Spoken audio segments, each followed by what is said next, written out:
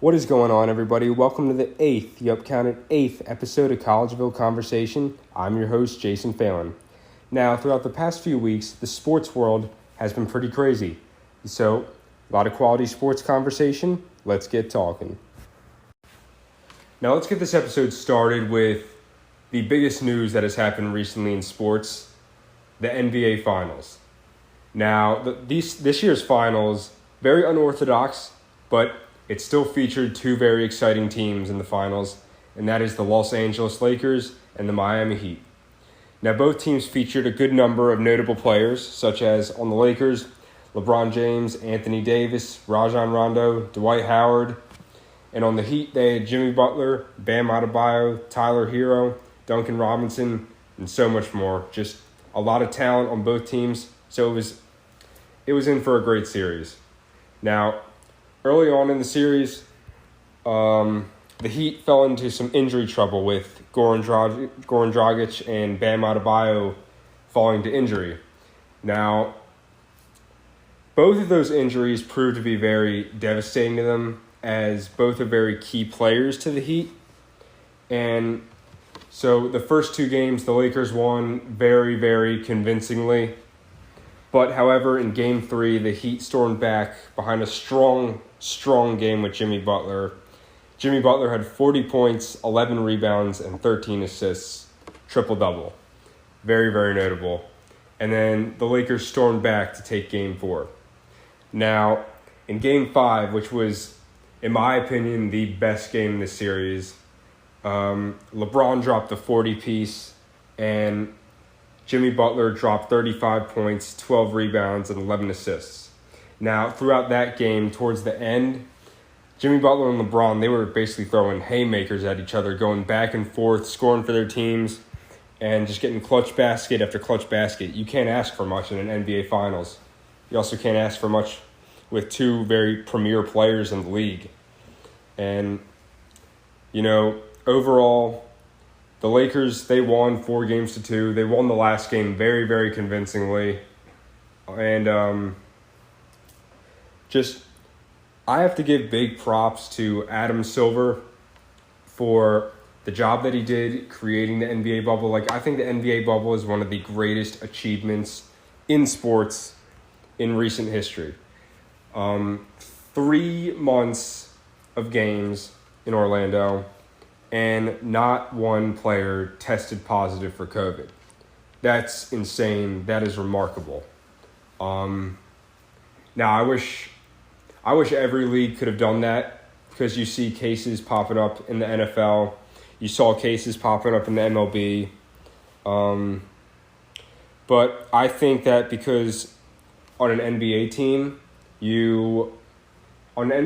there's only 15 players per team, whereas opposed to baseball, there is 25 on an active roster, and in the NFL, there is 53-man roster. But however, I think with that being said, they could have had maybe multiple bubbles between the divisions in the NFL and in the MLB. But I just think there's a better way that both leagues could have done things, and I think that is it. But just major props to Adam Silver and the NBA and all the workers, all the Disney employees that allowed that to happen and made it happen. And Adam Silver has given out $1,000 bonuses as well as a few days off to those employees, and that just shows how much of a great commissioner and great guy that he is. You just love to see that. Now, the MVP for both teams this finals, obviously LeBron won the finals MVP, which puts him with Michael Jordan as the only players to have won 4 finals MVPs at least. But LeBron is also the first player to win a finals MVP with 4 different teams. That is just remarkable. No, I take that back. I made a mistake. He's the first player to win a finals MVP with 3 different teams, which is still very remarkable. And he's been arguably the best player on every single one of them. So a lot of credit is due there. It's just amazing to see LeBron's longevity. Please you should just enjoy him while he's here because, the greatness isn't going to be here forever. Players like that, they don't come around very too often. And the finals, the MVP for the Heat obviously has to be Jimmy Butler. Jimmy Butler's just got that dog mentality. He doesn't just roll over and take the loss. You always see him fighting on the court to keep his team in the game, and you just love players like that. You need players like that on your team, and I wish the Sixers kept him, but for some reason they chose Brett Brown over him because Brett Brown didn't want to coach him. And as you can see, it's kind of bit them in the butt in the end. But yeah, this year's finals, it was pretty exciting. Like I said, pretty unorthodox, but we'll take that in these times. But the NBA still did a good job with this, and hopefully we can get fans in the seats by next season. Of course, getting fans in the seats so we can watch the game safely, of course. But it was just all around a great finals. Now, there's also another great basketball event that I wanted to cover in this episode, and that is the WNBA Finals. Now, the WNBA Finals this year featured the Seattle Storm and the Las Vegas Aces, both featuring great players as well, with the Storm featuring Brianna Stewart and Sue Bird, while the Aces featured A'ja Wilson, who is also the WNBA MVP this year. Now, of course, the WNBA playoffs this year were also in a bubble, which they called a wubble this year, just like how the NBA was. And the WNBA itself also features great basketball talent, and that showcased this year in the playoffs. First off, I'd like to cover Brianna Stewart's comeback from an Achilles tear last year. Last year, she missed all of the 2019 WNBA season from that Achilles tear, and she came back this year for this season. And in the playoffs this year, she averaged 24 points per game, 2.5 assists per game, and 6.8 rebounds per game. And she's just a remarkable basketball player, and she's already got the Storm won this year's WNBA Finals, so this early in her career, she's already got 2 rings, and she is basically still on her rookie contract. And she's going to be great for many, many years to come, and she's just going to be a force. Now, Sue Bird, she's in year 17. She is now a 4-time WNBA champion. All of her rings with the Seattle Storm. It's the longevity that she has, as well as Diana Taurasi has, is just fantastic, And she broke the record. She broke the WNBA Finals record for most assists in a game this year with 16 assists, and she's the WNBA all-time assist leader as well. So she just adds this to her resume, and she's definitely going to be a first ballot Hall of Famer in the Naismith Memorial Basketball Hall of Fame. And, the WNBA, like I said before, just features so much great basketball talent that is so slept on. And, it's just great to see that the WNBA ratings were also up 34% this year, after putting the games on national television.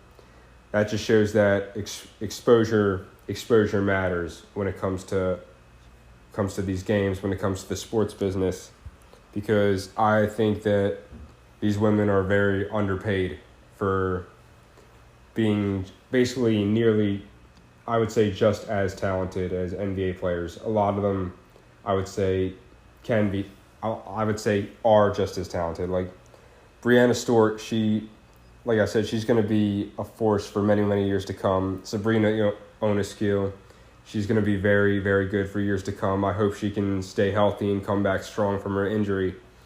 And like I said, the WNBA is just so slept on. It's very, very good to see that they got the exposure that they deserve this year. And look, the results the results showed what happens. It's just all about exposure.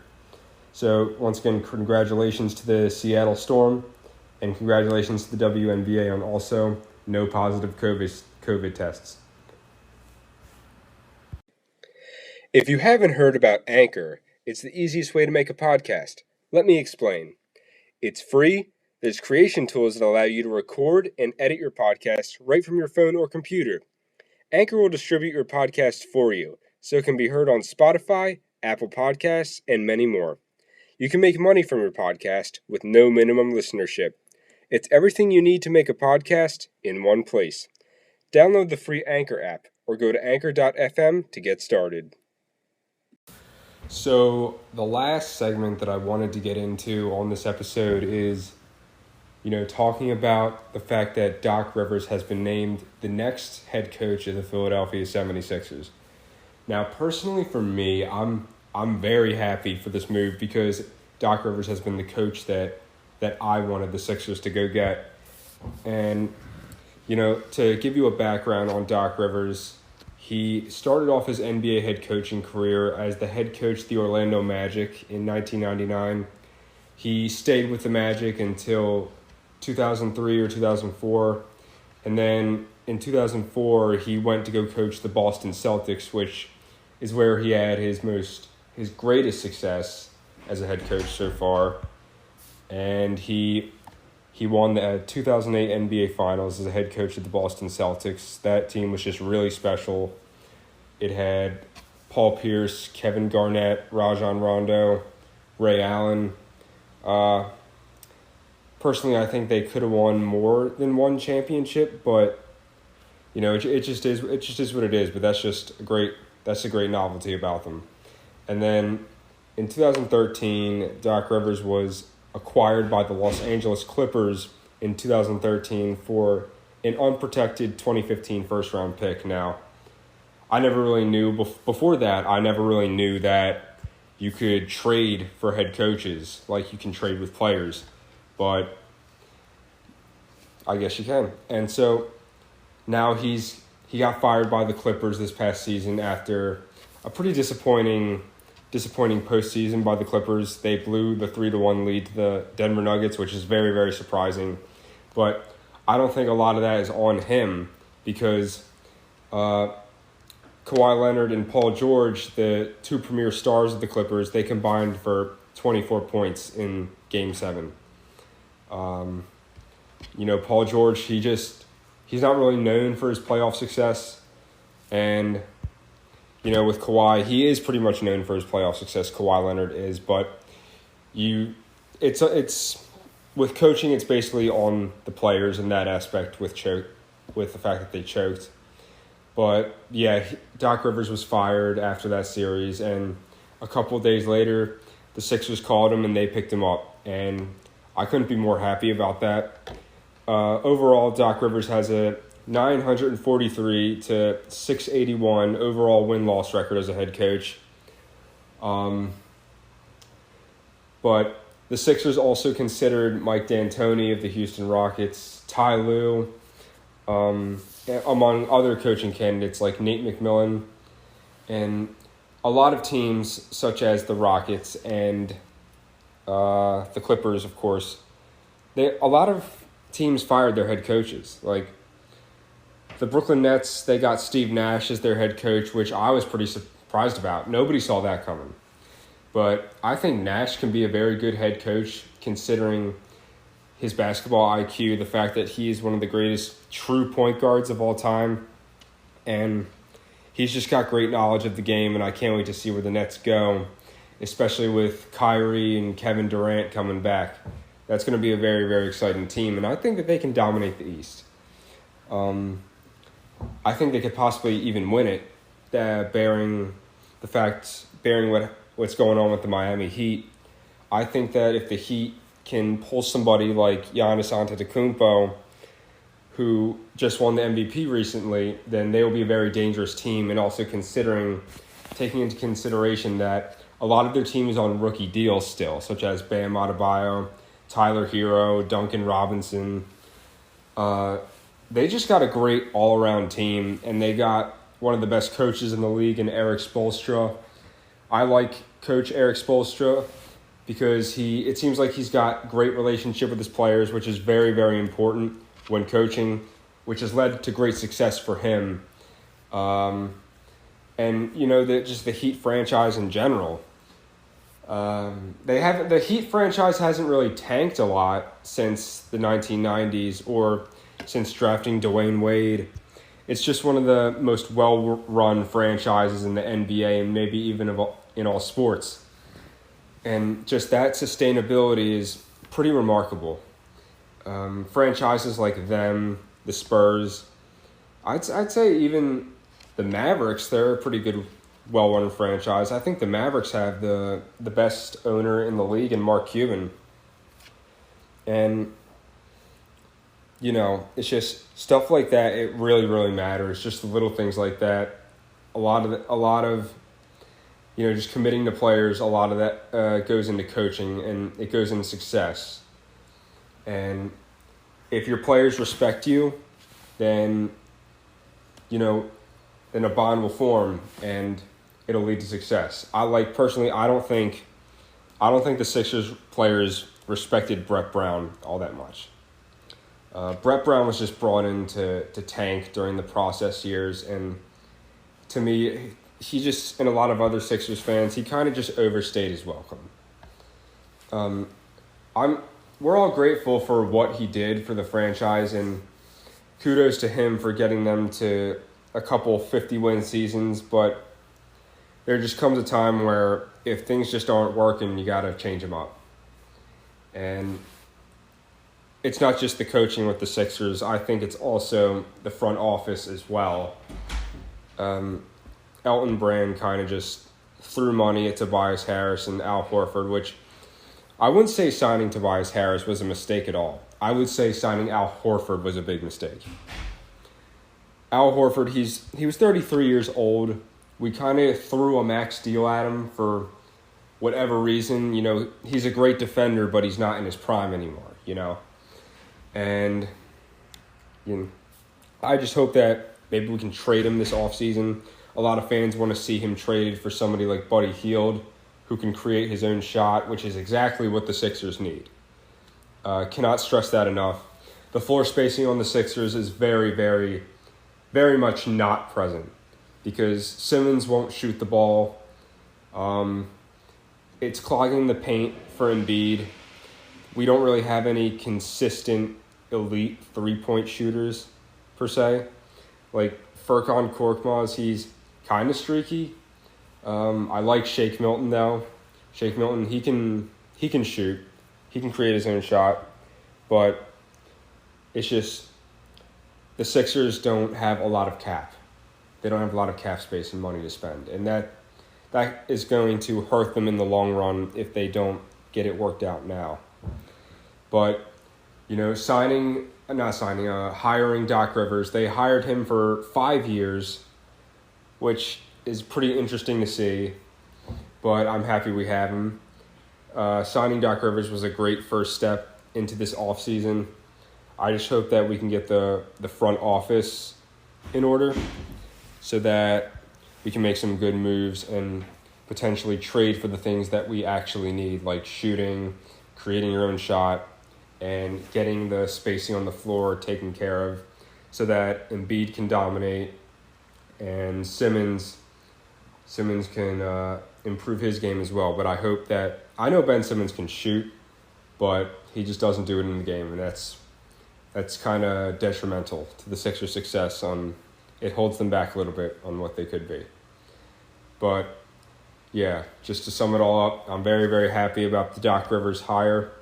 I can't wait to see what else the Sixers do this offseason with it. Thank you so much for tuning into this episode of Collegeville Conversation. Now, in the coming weeks, we should have much more new episodes as we should have much more sports to talk about. The offseason is coming up in the NBA and the WNBA, and also the World Series is coming up as well in baseball. Much more to cover, so we'll get talking on that. Thank you so much for tuning into this episode of Collegeville Conversation. As always, I'm your host, Jason Phelan.